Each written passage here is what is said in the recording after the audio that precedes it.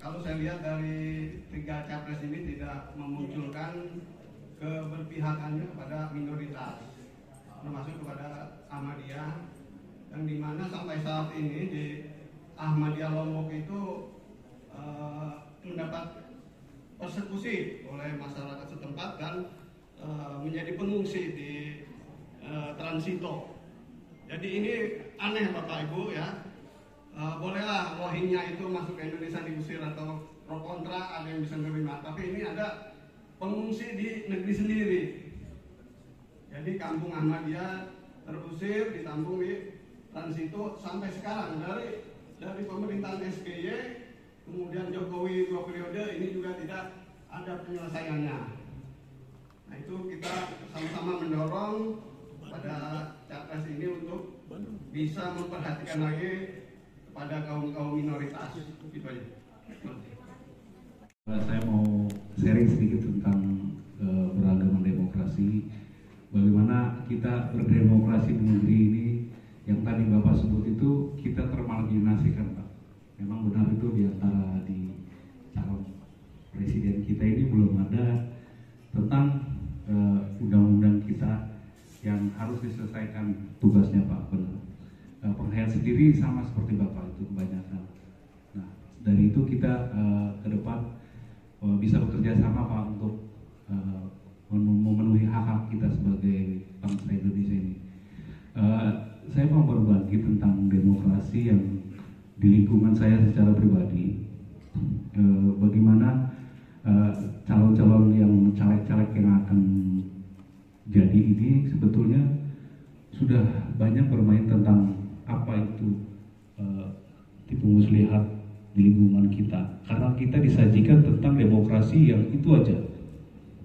Karena demokrasi yang kita di mindset kita, di dalam pikiran kita, bahwa demokrasi yang selama ini yang kita tanamkan untuk generasi kita itu hanya ada di dalam banner yang telah dipasang kepada kita. Itu yang disajikan oleh masyarakat, dan kita tidak pernah dikenalkan sama pemimpin-pemimpin kita yang bahkan akan terjadi. Mereka tidak pernah mengajarkan audiensi kepada kita sebagai masyarakat kecil, apa visi dan misi mereka untuk menjadi seorang caleg. Ada pernah saya lihat di banner itu, saya ingin merubah tentang undang-undang 2 menteri. Itu salah satunya itu adalah motivasi dia untuk menjadi caleg, untuk merubah sesuatu yang undang-undang ini yang melanggar tentang aturan yang merasa kita itu dikekang. Nah, sebetulnya undang-undang kita juga banyak yang mengikat kita sebetulnya, Pak. Nah, visi dan misi caleg ini belum ada. Nah, demokrasi ini yang harus diperjelas gitu, Pak.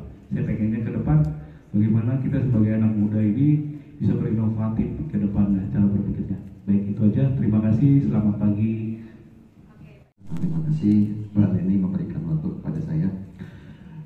Terkait dengan persoalan demokrasi khususnya yang ada di Kota Bandung, terus di Bandung gitu, lebih besarnya Bandung Barat gitu, Bandung Raya. Khususnya di Bandung, alhamdulillah kita berkolaborasi dengan teman-teman di KPU, di Bawaslu, dan yang paling mencolok di Bandung adalah soal 2 hal. Yang pertama itu menurut data soal netralitas ASN dan TNI Polri gitu. Nah itu bagaimana kita hari ini berkolaborasi bersama-sama ikut andil bagian begitu untuk mensukseskan demokrasi ini menjadi demokrasi yang substansial gitu. Kalau kata usul kan demokrasi itu ada 2 begitu. Satu demokrasi prosedural, yang kedua adalah demokrasi substansial. Nah untuk soal demokrasi substansialnya tadi sudah disinggung. Pertama soal kesetaraan gender, soal hak perempuan, yang kedua soal minoritas. Kebetulan Pak di Bandung juga hari ini kemarin baru saja begitu di Bandung ada satu rumah ibadah begitu, mereka itu menyebarkan sebuah form untuk penolakan terhadap pendirian rumah ibadah lain.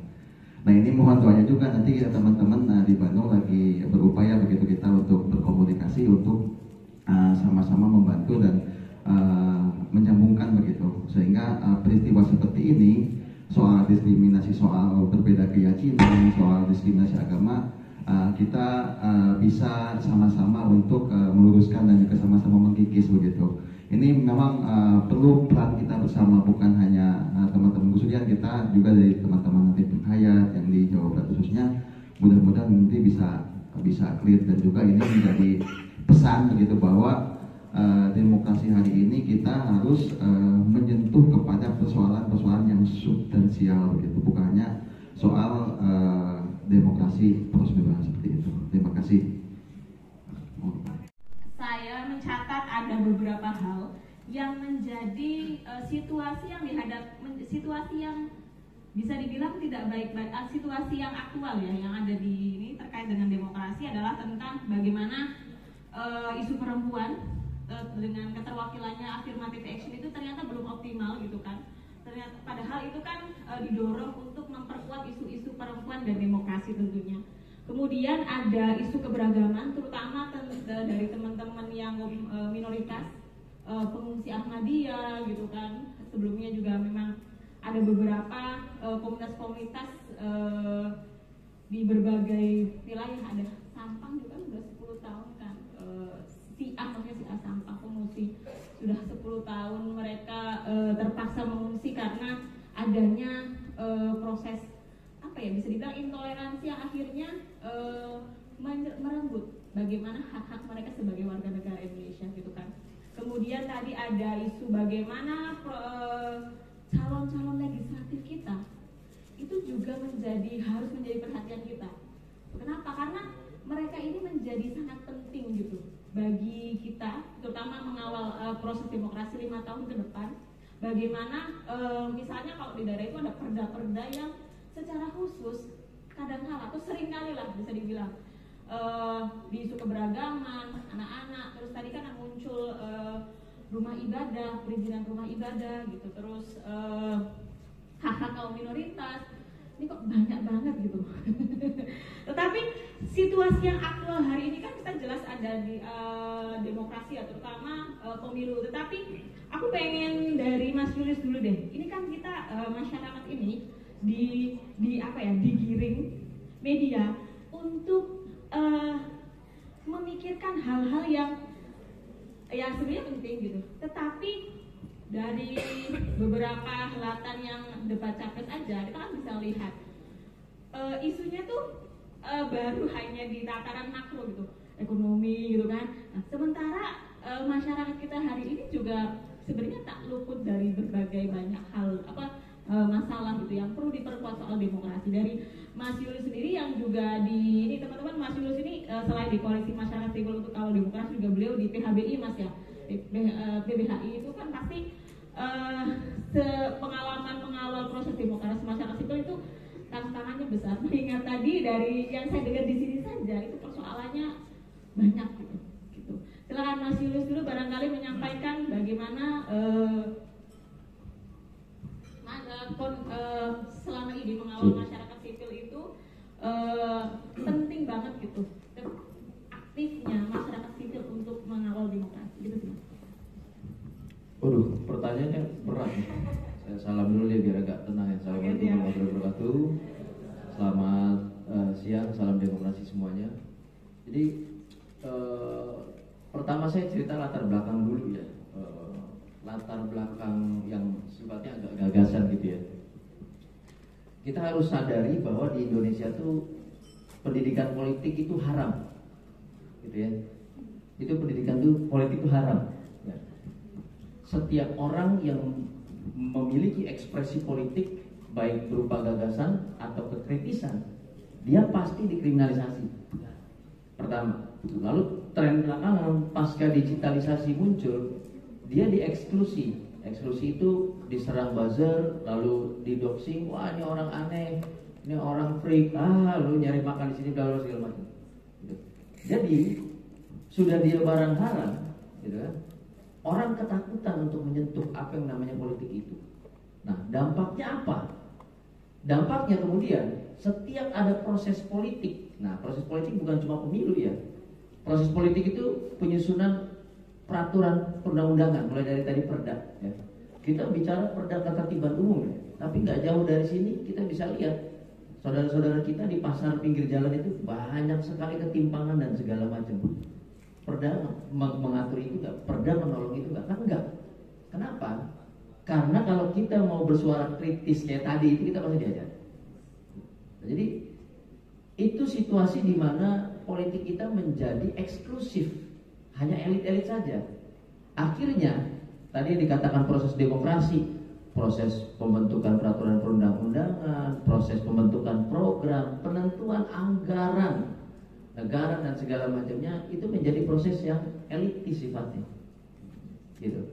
Sekarang saya terlibat banyak proses legislasi, contohnya Omnibus Law Cipta Kerja, gitu ya. Sederhana saja.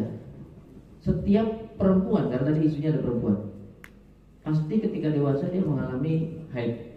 Gitu. Terakomodasi nggak di situ? Tidak. Artinya Omnibus Law Cipta Kerja anti perempuan, kan gitu. Itu sederhana, hal yang sederhana.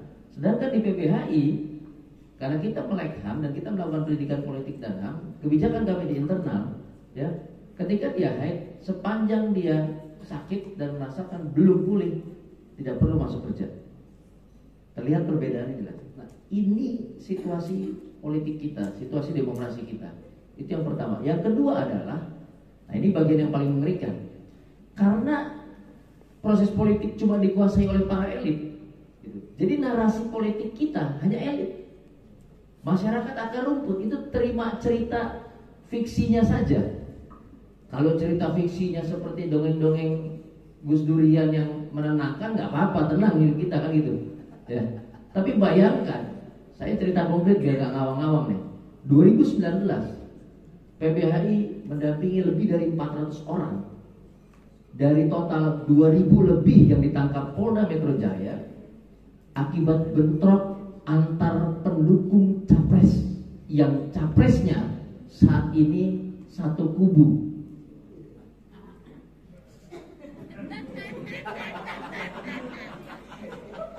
Saya membayangkan yang patah tulang ketika itu, yang rahangnya geser, giginya patah, hancur di jalanan, harus saya bopong, saya tarik. Bagaimana dia melihat ketika dia pukul-pukulan di depan Bawaslu? Jumlah 2000 orang bisa kelihatan kan kayak semut ya. Dan kami mendampingi 400 diantaranya dan harus dibebaskan dari Resmob Polda Metro Jaya dalam kondisi yang amat sangat tidak manusiawi karena sudah berdarah-darah, patah tulang dan segala macam tanpa ada pengobatan sama sekali. Akhirnya yang di atas yang buat narasi tadi damai salaman, sekarang bareng-bareng. Nah, ini gambaran demokrasi kita saat ini. Jadi dari segi gagasan sudah dia baca, ya, dari segi forumnya sudah dia eksklusifkan jadi elitis. Di akar rumput kita cerita narasi fiktif. Yang capek kita lagi tadi. Ketika sadar mereka masih ada yang berhubungan dengan kami, telepon, menyapa dan segala macam. Satu kata yang dia sampaikan, saya bukan satu kata ya, satu kalimat, saya sungguh menyesal Pak, karena saya tidak punya pemahaman politik. Padahal saya bermaksud untuk mengubah nasib kami semuanya, nasib negara ini, sehingga proses demokrasi kita lancar. Ternyata tidak, karena saya kemakan satu narasi fiktif. Itu penting. Jadi tadi menarik Pak Ketua menyampaikan pembuka tadi, saya perhatikan betul kata-katanya. Mari kita ubah mindset dalam demokrasi kita kali ini. Dalam pemilu kita kali ini, kita bukan mencari sebuah kepemimpinan yang kemudian kepemimpinan yang membaik, lebih baik dan segala macam. Tapi kembalilah ke kita sendiri. Gitu. Kita mencari kepemimpinan yang membuat kitanya lebih baik, yang membuat demokrasi tadi bisa kita rasakan, yang membuat setiap proses bisa kita ikuti, kita kasih saran, kita kritik, kita hajar.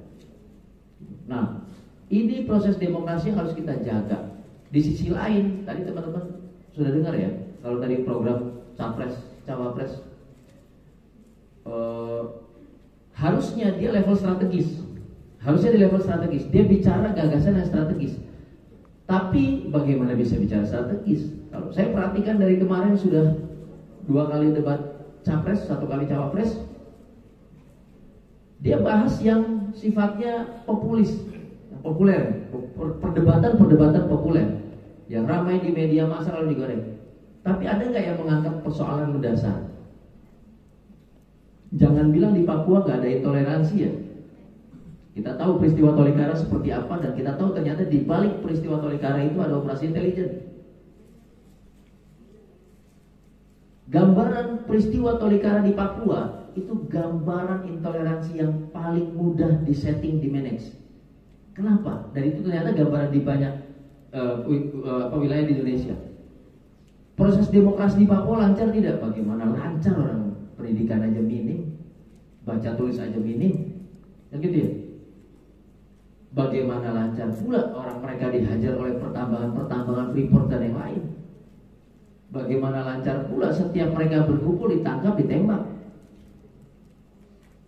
Nah, dalam situasi ketakutan dalam konteks demokrasi tadi, akhirnya dia bisa di-manage. Oh, ini si ini begini, si ini begitu, ribut, pecah, bentrok, meninggal. Itu gambaran konkret yang saya tadi katakan. Akhirnya apa? Situasi-situasi lain seperti intoleransi, tolak kelompok yang ini, tolak sara yang ini, itu mudah sekali. Makanya saya katakan kepemimpinan ke depan itu harus membuat kitanya lebih baik. Di luar negeri, Selandia Baru misalnya, seketika Perdana Menterinya mundur, Jacinda Ardern, diganti melalui pemilu yang mendadak, tanpa kampanye yang heboh segala macam, tanpa gimmick gitu ya. Sistem dan kehidupan manusianya tetap baik nggak? Tetap baik. Karena apa? Karena setiap kepemimpinan di Selandia Baru menargetkan masyarakatnya yang maju, yang membaik, yang terdidik. Jadi siapapun pemimpinnya, masyarakat nggak perlu diajarin lagi. Jangan buang sampah sembarangan ya. Jangan ngaspalin semuanya ya. Jadi ketika air hujan nggak bisa menyerap, banjir, terus air menggenang, lama turunnya seperti lagu teman-teman tadi. Gak perlu diajarin, mereka sudah paham itu. Dan sebaliknya situasinya, ketika masyarakat membaik, seketika pemerintahannya membuat kebijakan yang tidak baik, yang ribut masyarakat tanpa perlu ada YLBHI, PBHI, kontras, Gus Durian, gak perlu. Masyarakat gak perlu diprovokasi, masyarakat gak perlu diajak-ajak, gak perlu diseminarin lagi, mereka protes. Itu terjadi di Jerman. Kalau di kita ada penetapan upah namanya upah minimum ya. Di Jerman ketika upah minimumnya ditetapkan oleh pemerintah tidak bisa mencapai komponen hidup layak atau KHL. Sederhananya gini, harga beras sekarang 20.000 per liter. Tahu-tahu begitu penetapan upah, di dalam komponennya berasnya cuma dianggarin 15.000 minus 5.000. Satu negara Jerman, satu kota Berlin mogok kerja tanpa ada yang serikat buruh yang mengkoordinasikan, nggak ada. Hari itu juga begitu diketok, kami kasih upah buat kalian para buruh 15.000 untuk beli beras. Langsung pada keluar kantor mogok sampai penetapan upah itu diganti ke 20.000. Nah, itu satu gerakan masyarakat sipil yang harusnya ditargetkan setiap pemimpin untuk membuat masyarakatnya baik. Pemimpin baik, masyarakat bisa ditinggalin. Tapi masyarakat yang baik, siapapun pemimpinnya, sekalipun ditinggalkan pemimpinnya, kehidupan masyarakat tetap baik. Jadi demokrasi itu yang harusnya kita incar. Dalam setiap diskusi, dalam setiap debat presiden, itu yang kita tanya. Gitu. Itu yang kita bongkar, bukan hanya gimmick-gimmick tipis-tipis, populis. Tapi nggak ada persoalan strukturalnya apa kayak tadi. Sederhana aja kita jawab. Kita tanya sederhana, biar mereka menjawabnya dengan cara yang sederhana, bukan gimmick atau pidato yang panjang tapi nggak konkret gitu.